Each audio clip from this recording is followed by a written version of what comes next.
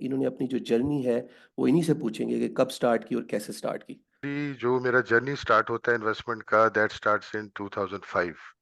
अच्छा, तकरीबन माशाल्लाह। इसमें समझ लें कि 19-20 साल हो गए। 20 साल, एंड दैट राइट। वाज, हाँ जी, और that was all by accident, all by chance, कि मतलब जो मेरा फैमिली बैकग्राउंड था, जो मेरे रिलेटिव्स थे, पेरेंट्स थे, और जो फ्रेंड्स थे, सारे जी, मतलब जी। जॉब ओरिएंटेड थे, सब जॉब्स में थे। ओके। और आपको आपको अगर हो याद, के कुछ अरसा पहले, मतलब 20-30 साल पहले एक ट्रेंड था कि मतलब डॉक्टर हूँ आप, या आप इंजीनियर हूँ, या आप सिविल सर्विसेज में हो, या आप फौज में हो। ये 3-4 चीजें थी, और इसके अलावा जो है पता नहीं होता था, मतलब ये कि हमारा जो है ना, मतलब फोकस सिर्फ इसी तरफ था और कन्वर्ज किया हुआ था।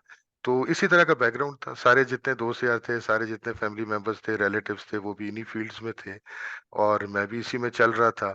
और तकरीबन आधी मेरी सर्विस इसी में निकल गई, टिल द टाइम कि मुझे रियलाइज हुँ, हुआ कि यार समथिंग इज रॉन्ग, कि मतलब probably I am not on the right track.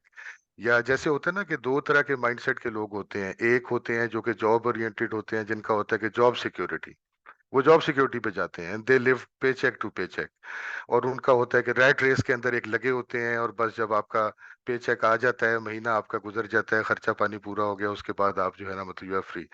दूसरी कैटेगरी वो है जो कि फाइनेंशियल सिक्योरिटी पे जाते हैं, जो जॉब सिक्योरिटी पे नहीं जाते, जिनका बिलीफ ये होता है कि फाइनेंशियल अगर आपकी स्ट्रेंथ है तो देन यू आर सेफ, और फाइनेंशियल फ्रीडम और फाइनेंशियल अबंडेंस, ये फिर उसके आगे स्टेजेस हैं।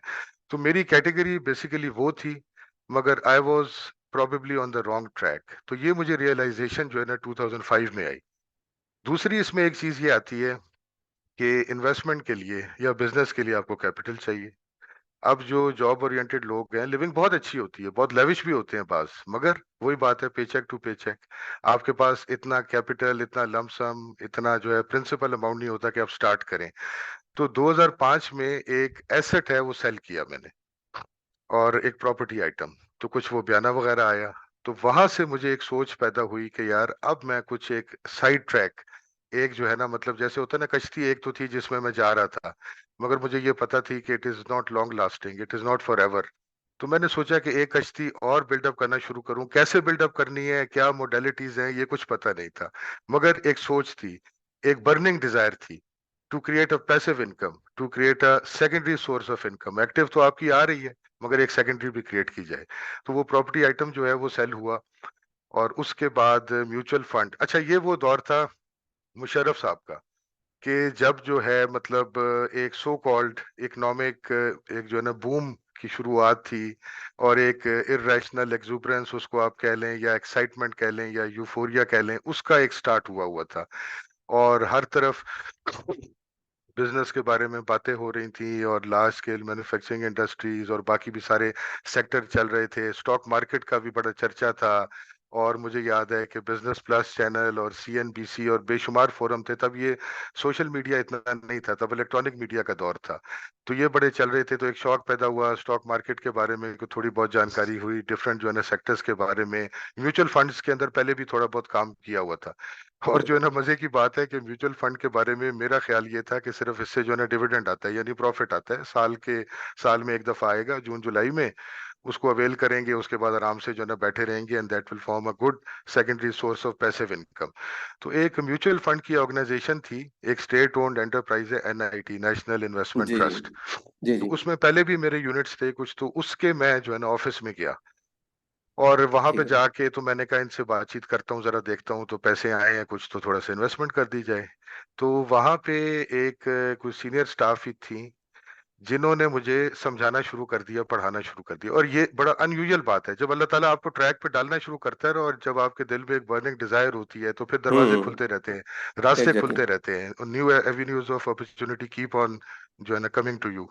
तो उन्होंने बताया, मेरा ये था कि मैंने कहा मैं इन्वेस्टमेंट करना चाह रहा हूँ, डिविडेंड लूंगा। उन्होंने कहा सर डिविडेंड के अलावा भी इसमें आपको बड़ा फायदा भी हो सकता है, और आप इसको सेल परचेज करके भी कर सकते हैं।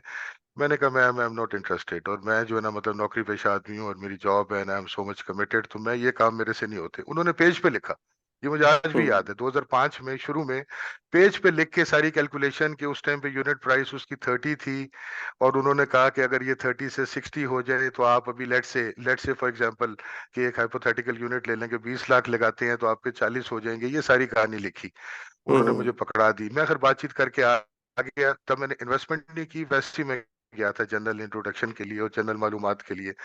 तो शुक्र है कि मैंने पेज फाड़ के फेंका नहीं ना, वो जेब में डाल दिया। तो रात को जब मैं बैठा घर में, तो मैंने वैसे ही वो खोला, फारिग था और छुट्टियां थी और लाहौर ही आया हुआ था।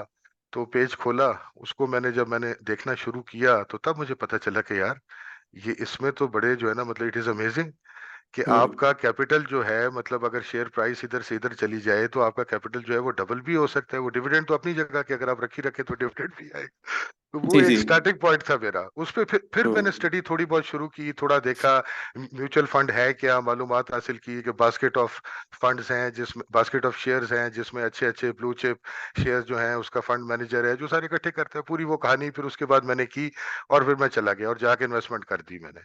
और 30 रुपए हम्म। पे, तकरीबन 30 के आसपास ही मैंने वो शेयर खरीद लिए। 2005 के तकरीबन स्टार्ट की बात है। अच्छा, ओके। चूंकि चूंकि मार्केट बुल रन में जा रही थी और सब चीजें ऊपर जा रही थी और घोड़े गधे सारे दौड़ रहे थे ये वो टाइप था।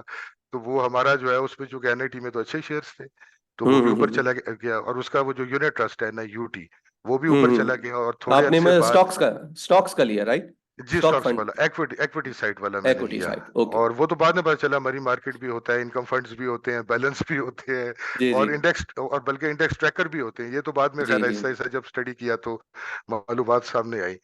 तो वो मैंने खैर अपने समझ लें कि मतलब 20 लगा दिए, और लगा के मैं आ गया वापस। और थोड़े 3 महीने 4 महीने बाद की बात है कि वो 60 के राउंड पहुंचे हुए थे। और मैं जो है ना वापस गया, क्योंकि उस टाइम पे आप ये देखें कि मतलब वो टाइम था ना कि मतलब वो स्पेशली जो सिक्लिकल थे, जो सीजी जी। वाले, कैपिटल गेन वाले, और वही टाइम था कि मल्टी बैगर्स जो है बहुत सारे पैदा हुए और बड़े लोगों ने उनमें गेन्स किए। तो खैर हम्म तकरीबन 60 के राउंड हो गया, मैं फिर चला गया, मैंने जाके बेच दिए। अब वो 20 के हम्म 40 हो गए। हम्म और 20 के 40 हो गए। उसके बाद अगर आपको याद हो, या अगर आप उस जमाने में मार्केट में हो, तो 2005 में एक ये जो सीएफएस होता था ना, कंटिन्यूस फंडिंग सिस्टम, बदला भी हम्म। जिसे कहते थे, जी ये जी। अचानक जो है ना कोई ऐसा कोई रेगुलेशन आई कि ये खत्म हो गया।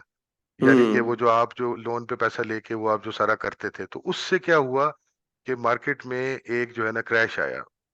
और अगर आप केएसई 100 इंडेक्स का चार्ट देखें 5 साल का, तो उसमें वो एक छोटा सा डेंट सा होगा 2005 में, क्योंकि 2008 में असल है जो ग्लोबल जी जी इकोनॉमिक रिसेशन था, मगर 5 जी में जी। डेंट है। मगर जो लोग उस टाइम पे थे वो लुट पुट गए, and they know the pain कि क्या उस टाइम पे हुआ।